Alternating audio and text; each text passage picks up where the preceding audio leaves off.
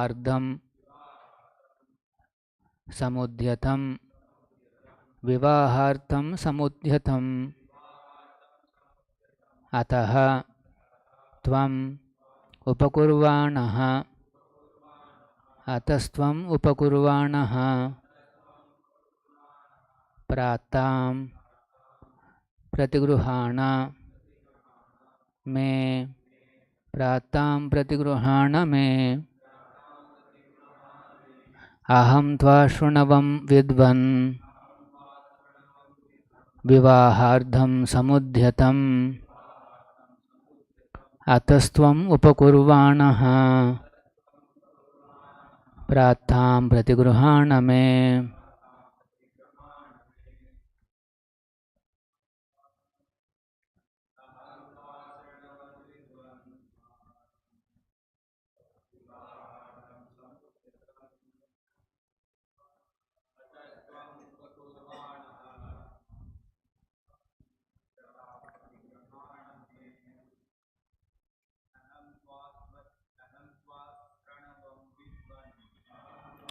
शृणवं विद्वन् विवाहार्थं अतस्त्वम् उपकुर्वाणः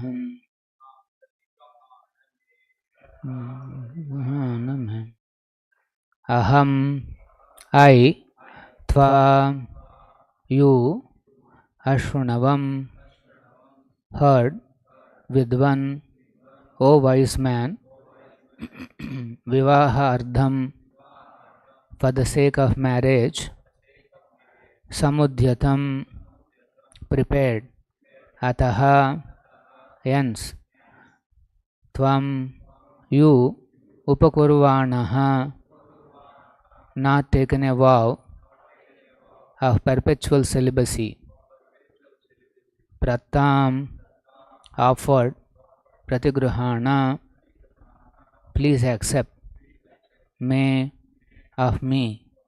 Translation purport by His Divine Grace A.C. Bhaktivedanta Swamy Prabhupada. Translation Svāyambhuva Manu continued, O wise man, I heard that you are prepared to marry. Please accept her hand which is being offered to you by me, since you have not taken a vow of perpetual celibacy. Please repeat. Svāyambhuva Manu continued, O wise man, I heard that you are prepared to marry. Please accept her hand which is being offered to you by me, since you have not taken a vow of perpetual celibacy. Purport by Srila Prabhupada. The principle of Brahmacharya is celibacy. There are two kinds of brahmacharis. One is called Naistika Brahmachari, which means one who takes a vow of celibacy for his whole life, whereas the other, the Upakurvana Brahmachari, is a Brahmachari who takes a vow of celibacy up to certain age. For example, he may take the vow to remain celibate up to 25 years of age. Then with the permission of his spiritual master, he enters married life. Brahmacharya is student life, the beginning of life in spiritual orders, and the principle of Brahmacharya is celibacy. Only a householder can indulge in sense gratification or sex life, not a brahmachari. Svāyambhuva Manu requested Kaddama Muni to accept his daughter, since Kaddama Muni not taken the vow of Naistika Brahmacharya. He was willing to marry, and the suitable daughter of a high royal family was presented. The Sanstha Bhaktivedanta Parpoto Madhyana Timirandasya Jnananjana Shalakaya Chakshurunmilitam Ena Tasmai Shri Gurave Namaha. Namo Vishnu Padaya Krishna Preshtaya Bhutale Srimate Bhaktivedanta Swaminiti Namine. Namaste Saraswate Deve Gauravani Pracharine Nirvishesha Shunyavadi Pashyata Deshatarine. Jaya Shri Krishna Chaitanya Prabhu Nityananda Shri Advaita Gadadhara Shivasadi Gaura Bhakta Vrinda Hare Krishna Krishna Krishna Hare Hare Hare Rama Rama Rama Hare Hare. So this is the final verse spoken by Svāyambhuva Manu while offering his daughter to Kardama Muni. Here he is making his intentions clear. He is expressing why he came to Kardama Muni. Aham tva shrunavam vidvan. O wise man, I heard that you are prepared to marry. Vivahardham samudhyatam, you are prepared. So atastvam upakurvanaha, and you have not taken a vow of a perpetual celibacy. So prattam pratigruhaname, so please accept her hand which is being offered by me. So Prabhupada is drawing a distinction between two levels of Brahmacharya. One stage of Brahmacharya is called Upakurvana. That means the boy or the student, he joins Vedic Gurukul under the care of a spiritual master. And then he decides to submit himself to the spiritual master, his orders. He starts serving spiritual master menially. That means he is willing to even do any menial service. The idea is of surrender, complete surrender to the spiritual master. So he learns all this and then he serves the Supreme Personality of Godhead, Lord Shri Krishna, lovingly.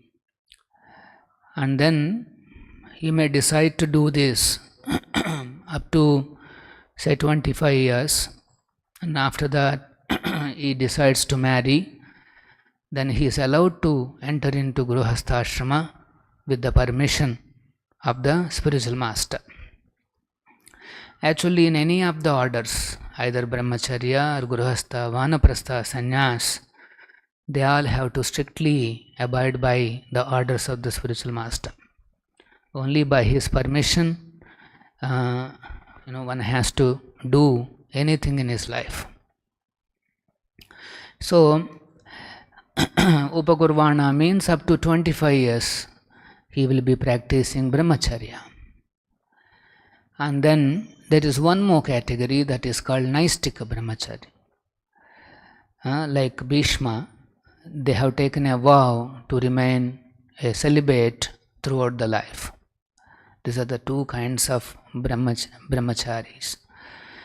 So, after somebody decides to marry, once he enters into Grihastha Ashrama, there are also regulations on how much to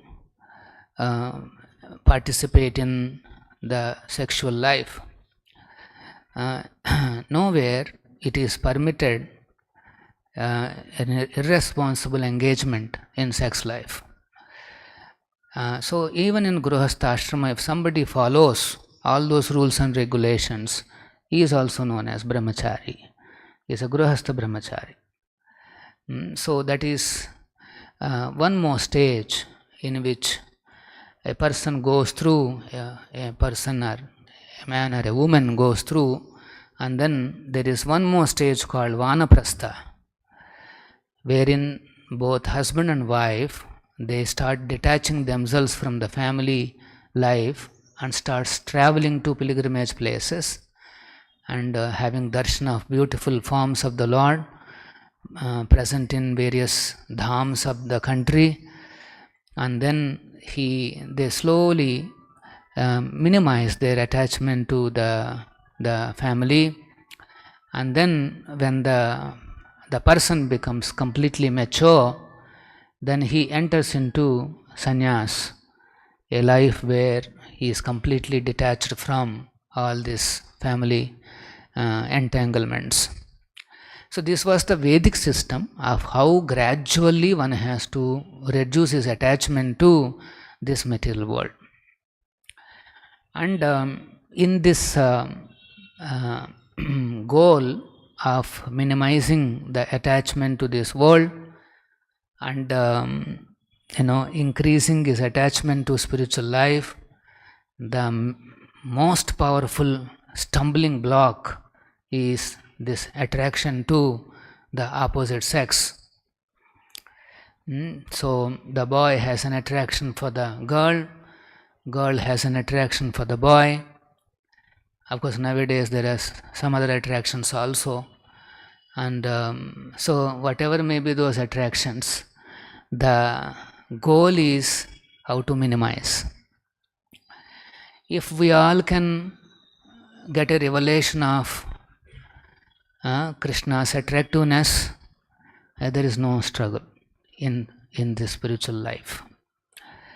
If we have realized or perceived Krishna's all attractiveness by his mercy, if Lord reveals like that, then such a devotee has no struggle. Happily he can go on. In fact, he will be fascinated. He will be mad after serving Krishna and then giving him pleasure. But our condition is not that. Even if Krishna comes personally and reveals his attractiveness, we will not get attracted.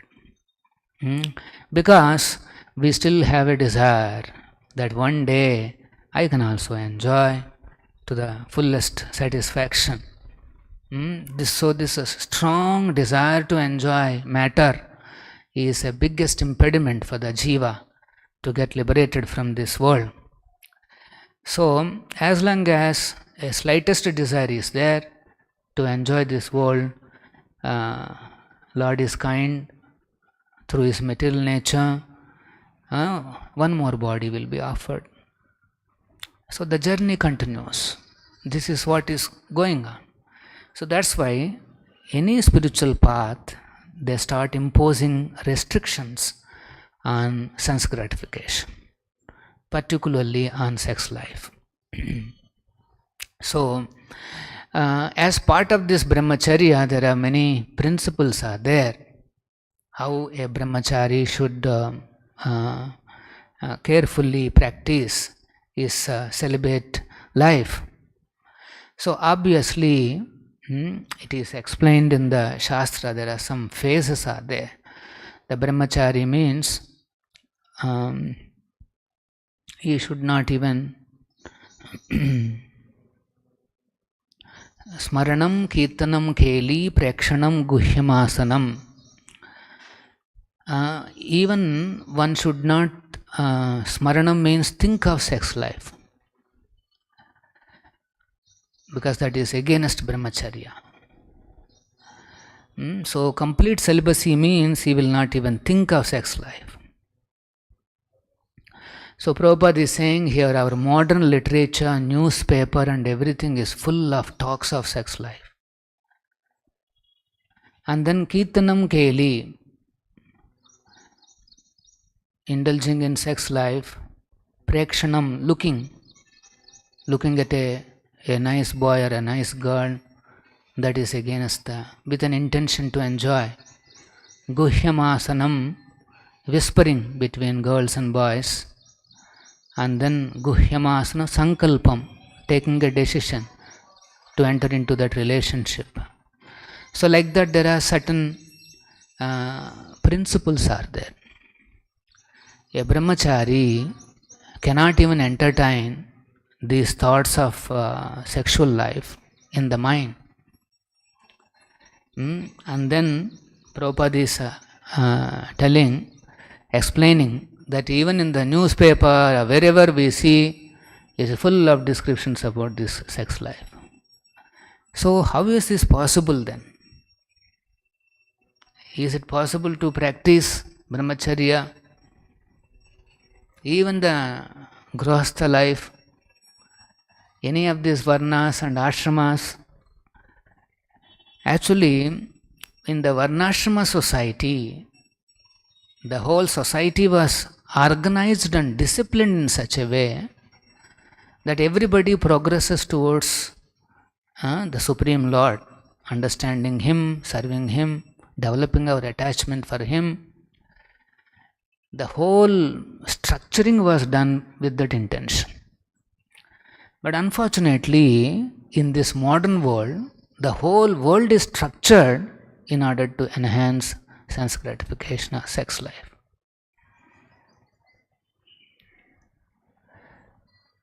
If it is so much organized like that, anywhere if some sexually attractive thing happens, immediately it comes in headline. So and so heroine did this, so and so hero did this. Immediately all the channels will be flashing that woman or man's picture. This is how he has done. And if somebody becomes someone becomes naked, that's all. The whole world channels will be behind. This is how we have built up the whole civilization, fully focusing on this sensual enjoyment. Now this is so. In this age, obviously the Vedic Varnashrama is not present. People don't even know that they have to practice celibacy before marriage. And why? Because only when somebody practices, he can become determined in his life. You require a certain determination to practice Krishna consciousness or any other life. And that is not possible if one is too much addicted to this sense enjoyment. And if that addiction is there, then what happens is they will be very restless. They cannot remain in one place. That's why this travel industry is booming in everywhere. They cannot sit, they have to go on traveling. It's all because they are,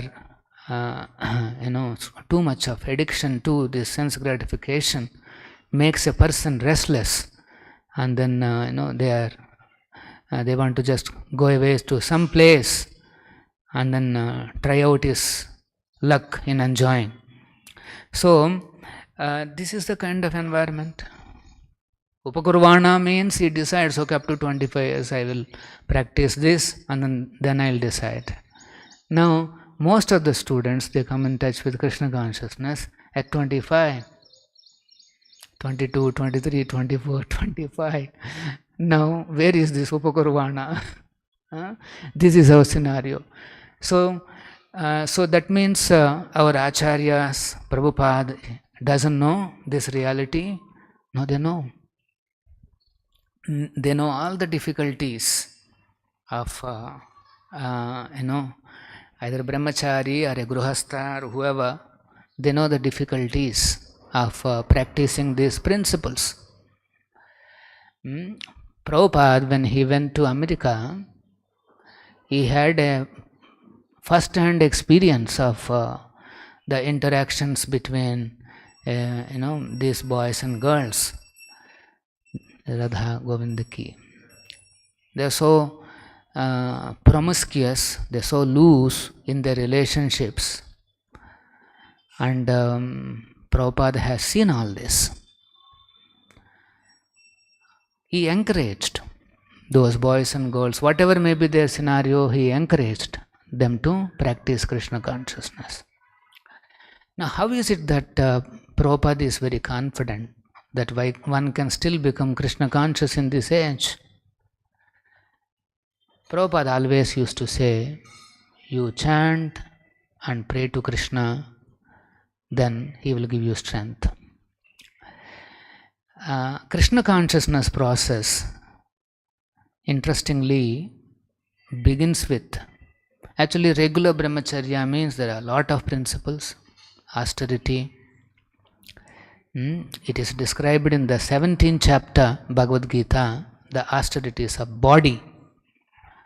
One has to practice austerities, respect for elders, they have to pay obeisances, and then Brahmacharya, and these are all the austerities of the body one has to learn. And but some of these principles are not easy.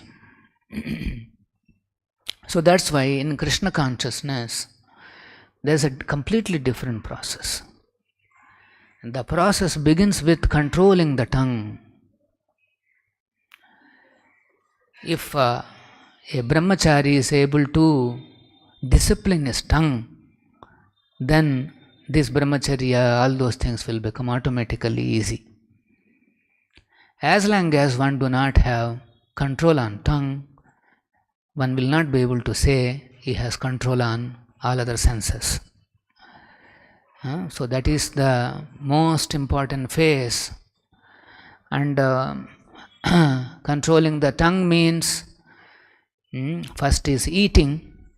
One has to be very careful in his eating, and he should eat only the food stuff which is offered to Krishna. Only Krishna prasadam one should eat. For the devotees who are in the ashram, in the mission, they should accept prasadam only in the prasadam hall. And that is the kind of control one has to have. And if somebody controls his eating, and also there is one stalwart Acharya, Viraraghava Acharya, he says one should do full fastings as many times as possible. Asakena, tapasa asakena. That means as much as possible he should do full fastings. Say there is a festival, Ramanavami or now Narasimha Jayanti. So then there is a fasting till sunset or whatever. One should attempt to do these fastings. There may be some facility as an institution to provide some fruits or this and that, but individually one should be very, very eager to practice these austerities, because they powerfully reduce our attachment to this body and constant thinking of making this body comfortable. So this fast will break your the thinking process of satisfying the body and focus on satisfying Krishna. That is done through such exercises like fasting. And then Rupa Goswami has advised not to indulge in atyahara. Eat what is required for your body and soul together, but never indulge in overeating. So when it is connected to eating, all those instructions are there. One should fast as much as possible and then eat what is required. If the body can digest this much, yes, you can eat that much, but not more than that. How do we know that we have overeaten? Very simple. If you are not able to digest within 4 hours or whatever, that means you have taken more, and then you have to wait till the hunger comes. Don't drag yourself into prasadam hall, and then although we may not be feeling hungry, and then again, no, time ho gaya bhai, so kuch le lenge. No, it is better. So Prabhupada, in one place, somebody asked Prabhupada, so in those cases, should we take prasad or should we avoid taking prasad? Prabhupada says, it is better to avoid. Nobody dies by fasting, but whereas you may die by atyahara, by filling up the belly beyond your capacity. So these are some of the. And then when it comes to this talking power, now this is the most powerful process Prabhupada has given, chanting and hearing about Krishna. Hare Krishna, Krishna Krishna, Hare Hare, Hare Rama, Rama Rama. While chanting and hearing, in the heart, there is a feeling that my Lord, please protect me. So with that feeling in the heart, one has to chant and hear scrutinizingly. This is the biggest weapon that Prabhupada has given us. And also talking power. The tongue has this facility of talking. So whenever the devotees talk, they should talk only about Krishna or connected to Krishna. No politics, no nationalism, no thisism, thatism. We are not interested in any of such things. Everybody has to be focused on how to glorify Krishna. If you have an ability to talk nicely, you talk nicely about Krishna. If you have an ability to write down some points nicely, you write down about Krishna. And if you want to very expertly discuss about someone else, that someone else should be Krishna. This should be our goal. Unless we adhere to these principles of Krishna consciousness, it is very difficult. One should know we are facing a overwhelming, strongest enemy.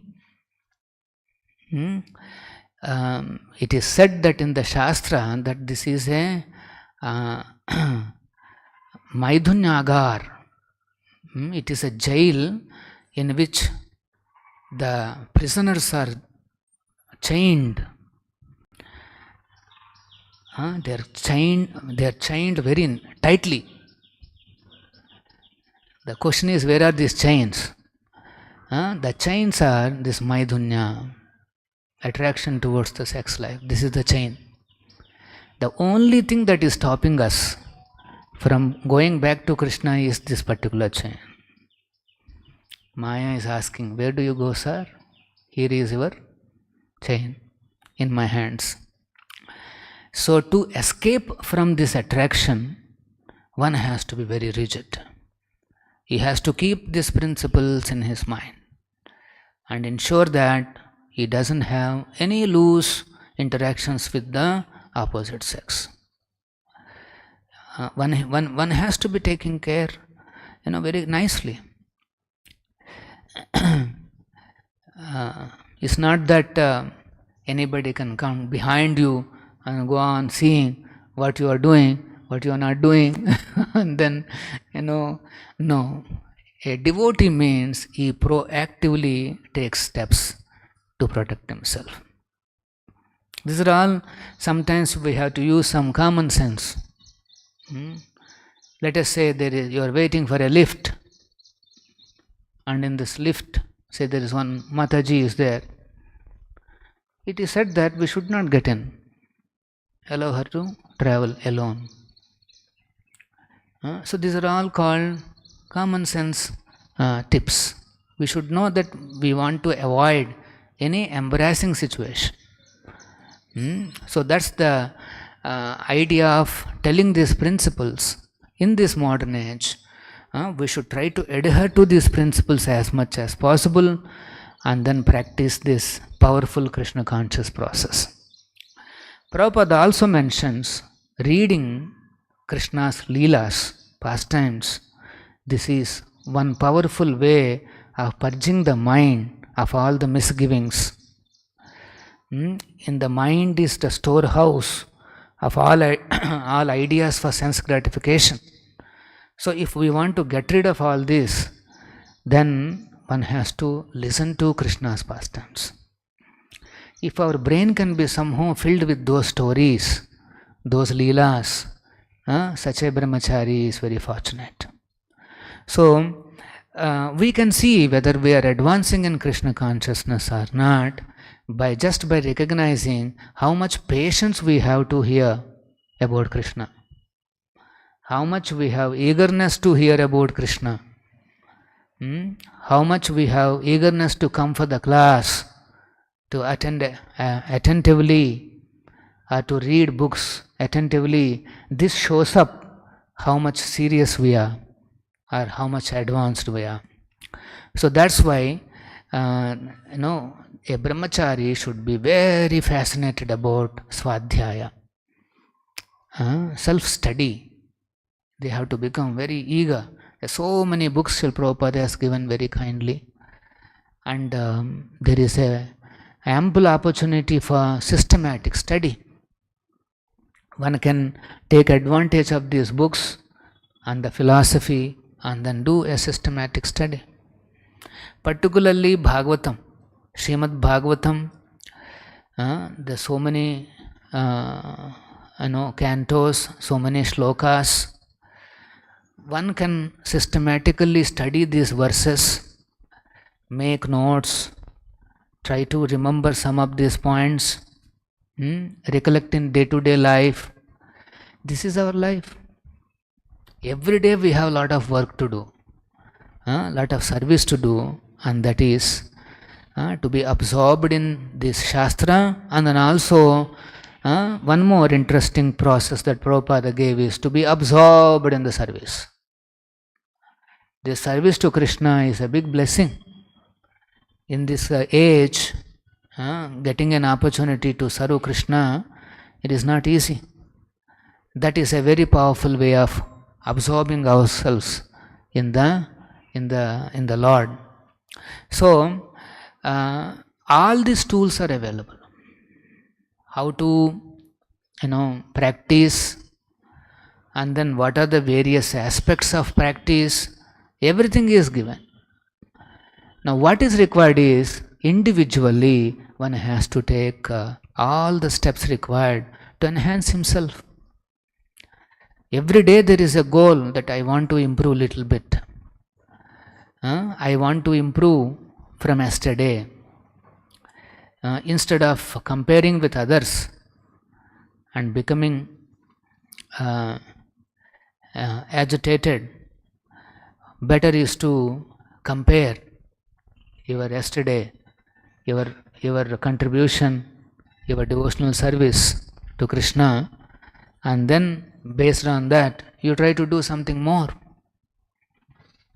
Everybody wants to grow. The living entity's desire will be to grow and grow. So if we don't have plans to grow in spiritual services, services to Krishna, then the mind will demand the growth in sense gratification. So nobody can stay neutrally like that. That okay, I will not do anything, and at the same time I will remain as a sthita prajna. There is nothing called like that. Sthita prajna means fixed in consciousness. That is Krishna consciousness. You be fixed in all these practices, and then work hard for Krishna, sweat for Krishna, sweat for Prabhupada. Not remain comfortably. You sweat for Prabhupada. Then only we will be recognized. And then Prabhupada is saying the biggest method to protect ourselves from this Maya's attack is praying to Krishna for strength. Krishna and Balaram, pray to Krishna, Balaram or Gaur Nitai for special strength to face this Maya, and then able to serve nicely. And since devotees are practicing, if they take a determination that yes, I want to achieve this, they will be able to achieve.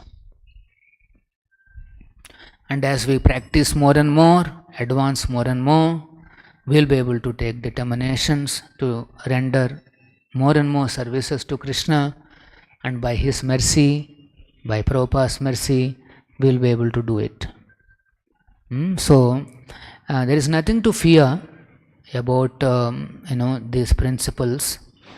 If somebody is very simple at heart, and then he follows this Krishna conscious, few of these principles, happily he can remain blissful in his services and go on year after year he can go on. But if somebody is inclined to take up grihastha, even that is permitted. There is and then there are instructions in such ashrama. whatever may be the ashrama, one should know in this age, perfectness is not possible. One should be very realistic. Instead of pointing it out, oh, you are less, or you are less, or you are less, or I am more, or you are better, or I am better. Based on ashramas, we should not fight with each other. Brahmachari is better than this Grihastha, Grihastha is better than Brahmachari, or this and that. These are all, just for the sake of somehow managing our life for a few years and focus more on Krishna. Whatever is comfortable, somebody should accept, and he should nicely practice Krishna consciousness. But before I wind up, by hearing all these descriptions of Kaddama Muni and Svāyambhuva Manu, the devotees, if they want to marry, they should not think that I will also get somebody, a prince, a princess, and then so only then I will take up this ashrama or whatever. Because that is one more way to remain brahmachari. Because you will never get. Don't have idealistic expectations, because the goal is not that. The goal is not to have a very beautiful wife or a husband or whatever, a beautiful house and this and that. This is not the goal. If that is the goal, then we will be cheated. Maya very expertly cheats us, and then you will be struggling with day-to-day affairs. So that's why better, keep your expectations, everything very low. See, be simple, and go on in your life. And then in case there is an aspiration to marry, there is a system, and follow and take the Guru's order, spiritual master's instruction through his institution, and then there is a possibility of accepting a different ashrama. Nothing should be done abruptly without the direction of the authorities and the spiritual master. Any questions?